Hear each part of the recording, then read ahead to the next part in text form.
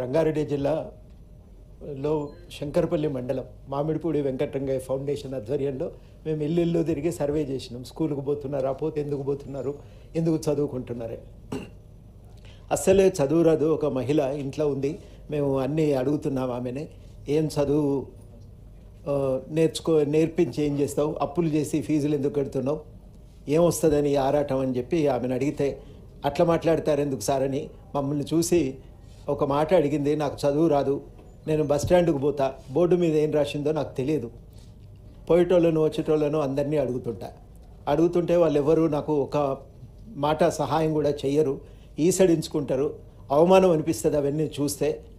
నా వెంట చదువుకున్న నా మనవడే కనుక ఉంటే వాడు బోర్డు చూసి నాకు చదివి చెప్తే నాకు ఎంత ధైర్యం ఉంటుంది. అంతటితో ఆగకుండా ఆమె ఒక మాట చెప్పింది, 2 కళ్ళతో చూడలేని ప్రపంచాన్ని చూపే 3వ కన్ను చదువు సార్. అంటే దాని ప్రాముఖ్యత అంత ఉంది. మనం ఎన్నైనా తిట్టుకోవచ్చు, ఎంతైనా ఆవేదన పడవచ్చు, కానీ అంత ప్రాముఖ్యత ఉంది కాబట్టి తినకనైనా తల్లిదండ్రులు పిల్లల్ని చదివించే ప్రయత్నం చేస్తున్నారు. ఆత్మగౌరవంతో బతకగలుగుతాడు, ప్రపంచాన్ని అర్థం చేసుకోగలుగుతాడు, తన కాళ్ళ మీద తాను నిలబడగలుగుతాడు అనేది ఒక తాపత్రయం. ఆ తాపత్రయంతోనే బడికి పంపాలనే ఆలోచన పెరిగింది. సమాజం మారుతున్న కొద్దీ ఆలోచన విస్తృతమవుతున్నది. ఒక 20-30 ఏళ్ల క్రితం ఏం చేస్తారులే అనుకున్న తల్లిదండ్రులే సమాజం మారుతున్న కొద్దీ చదివించాలి అనే నిర్ణయానికి వచ్చి తప్పనిసరిగా వాళ్ళు చదివించే ప్రయత్నం చేస్తున్నారు. కనుక ఒక అవసరం సమాజం గుర్తించింది. ఆ సమాజం గుర్తించినప్పుడు దానికి తగ్గట్టుగా చదువు చెప్పవలసిన బాధ్యత ఇలా మనందరి మీద, ప్రభుత్వం మీద కూడా ఉన్నది. అందుకనే 21A రాజ్యాంగంలో జోడించి చదువు చెప్పే బాధ్యత, పిల్లలందరికీ చదువుకునే హక్కును కల్పించినాం 14 ఏళ్ల వయసు వరకు. ఆ హక్కును అమల్లో తేవటానికి చట్టాన్ని కూడా తీసుకొచ్చినాం. ఆ చట్టం ప్రకారం ప్రతి వర్గానికి చదువు అందించడానికి ఒక ప్రయత్నం అయితే జరగాలి. ఏం చేస్తే ఈ చదువు వస్తుంది, ఆ చదువు వాళ్ళకు ఉపయోగపడుతుంది అనేదే ఇవాళ కీలకమైన ప్రశ్న. ఎన్ని రకాలుగా మనం మాట్లాడుకునే దానికి ఒక సమాధానం దొరకకుండా ఉట్టి ఆవేదన వ్యక్తం చేస్తే ప్రయోజనం లేదు. సమాధానాలు కూడా వెతకవలసిన బాధ్యత మనలాంటి వాళ్ళ మీద ఉంది కాబట్టే ఇవాళ ఈ చర్చ జరుగుతున్నది. అందుకని సూటిగా మనం విషయానికి వస్తే, మనకు ఇవాళ ఉన్న ప్రాథమిక విద్య అనేది ఒక లోపభూయిష్టంగా ఉన్నది. పునాదే గట్టిగా లేదు కాబట్టి పైన నిలబడ్డవి ఇవి కూడా సరిగ్గా నిలబడే అవకాశం లేదు. దృష్టి చాలా ప్రాథమిక విద్య మీద పెట్టాల్సిన అవసరం ఉంది. ఇవాళ ప్రీ ప్రైమరీ అనేది మన గవర్నమెంట్ స్కూళ్ళల్లో లేదు. 3 నుంచి 6 సంవత్సరాల వయసు గవర్నమెంట్ స్కూళ్ళల్లో లేవు.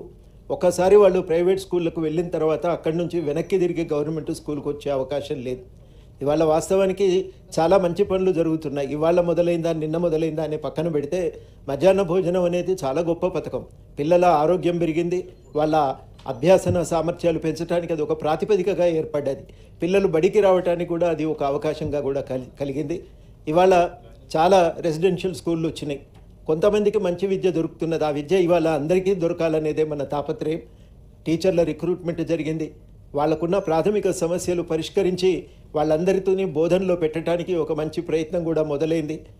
బాగా ఒక 10 ఏళ్ల పాటు 10% నుంచి 6%, 6.5% పడిపోయిన బడ్జెట్ ఈ సంవత్సరంన్నర కాలంలో ఆ బడ్జెట్ శాతం కూడా 7.5 నుంచి 8% పెంచే ప్రయత్నం జరిగింది. అది ఇంకా 15% చేరితే కానీ న్యాయం జరగదని చెప్పి ఇలా విద్యావేత్తలు అంటున్నారు. అది మనందరి కోరిక. సాధించుకోవటానికి ఒక ప్రయత్నం అయితే జరగాలనేదే ఇక్కడ ప్రధానంగా నేను చెప్పదలిచిన. కానీ ఇప్పటికీ ఇంత జరుగుతున్నా ఇంకా దీన్ని బాగు చేయాలంటే ఏం చేయాలంటే, మొట్టమొదటనైతే మనం ఉన్నటువంటి సమస్యలు కొన్ని గుర్తించగలిగితే, ఇప్పటికీ కూడా అసలే అడ్మిషన్స్ లేని స్కూళ్ళు ఉన్నమాట వాస్తవం.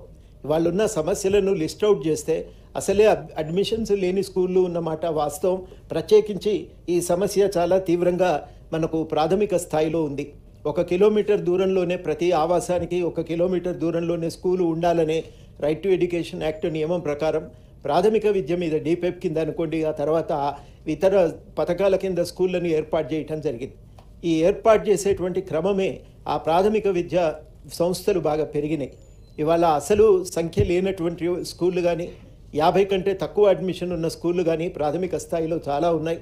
అందుకని చాలా కీలకమైన అంశం ఏం చేద్దాం ఈ స్కూళ్ళతో అనేది ఒకటి ఆలోచించుకోవాల్సినటువంటి ప్రశ్న. పైకి పోతున్న కొద్దీ ఈ సమస్య తగ్గుతూ ఉన్నది. ఇది ప్రాథమికమైన స్థాయిలో ఇది చాలా తీవ్రమైనటువంటి సమస్యగా ఉంది. ఆ వనరులని ఎట్లా వాడుకోవాలనేది ఇవాళ మొట్టమొదటి ప్రశ్న. అందుకని చాలా కీలకం.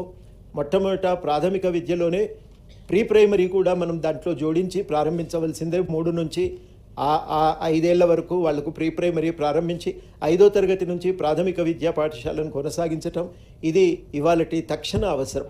ఇవాళ మొట్టమొదట చేయవలసినటువంటి పని ఉన్న వనరులని ఎట్లా జాగ్రత్తగా వాడుకుంటామనేది కూడా జాగ్రత్తగా ఆలోచించుకోవాలి. ఇది ఇవాళ ప్రధానమైనటువంటి కర్తవ్యం.